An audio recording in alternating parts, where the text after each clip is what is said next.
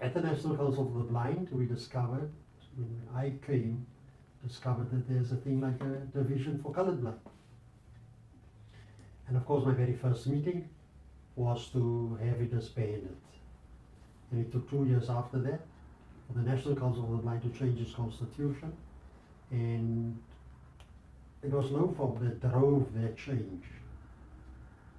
But there were also organizations belonging to the council who had exclusionary clauses in their constitution. So our next battle was to demand from them that they would delete that or not belong to this council anymore. And of course, they resisted and resisted, but they had no choice, because ultimately the choice they had to make was you open up your organizations or you can't be in the same company as LOFOB. And I don't know how LOFOB had all that power, but I think it was the power of the image that we had the contacts, and we could make life extremely difficult for the segregated organizations. And eventually that changed. So LOFOB's struggle was in terms of the sector where we worked. We changed that sector. And on the other hand, we also had facilities which people could use who were not so welcome with the government.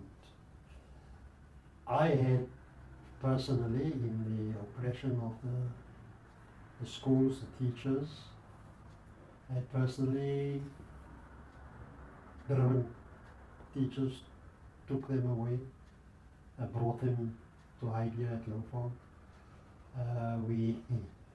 I remember still books. You couldn't read communist books. You couldn't read Karl Marx and those people in South Africa. Those were banned books.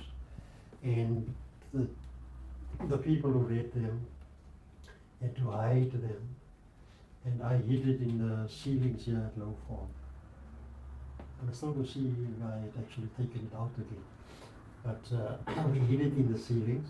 So, I mean, it could have been disaster for the organization if we were discovered and targeted by these secret police.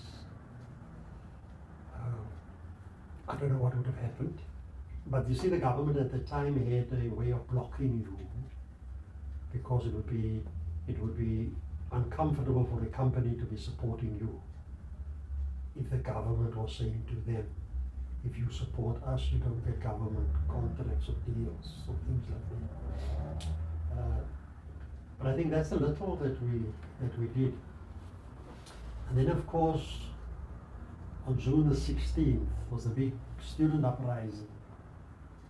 And the LOFOB was perhaps the only organization there that the year after that decided that we will commemorate that by closing down the office on that day.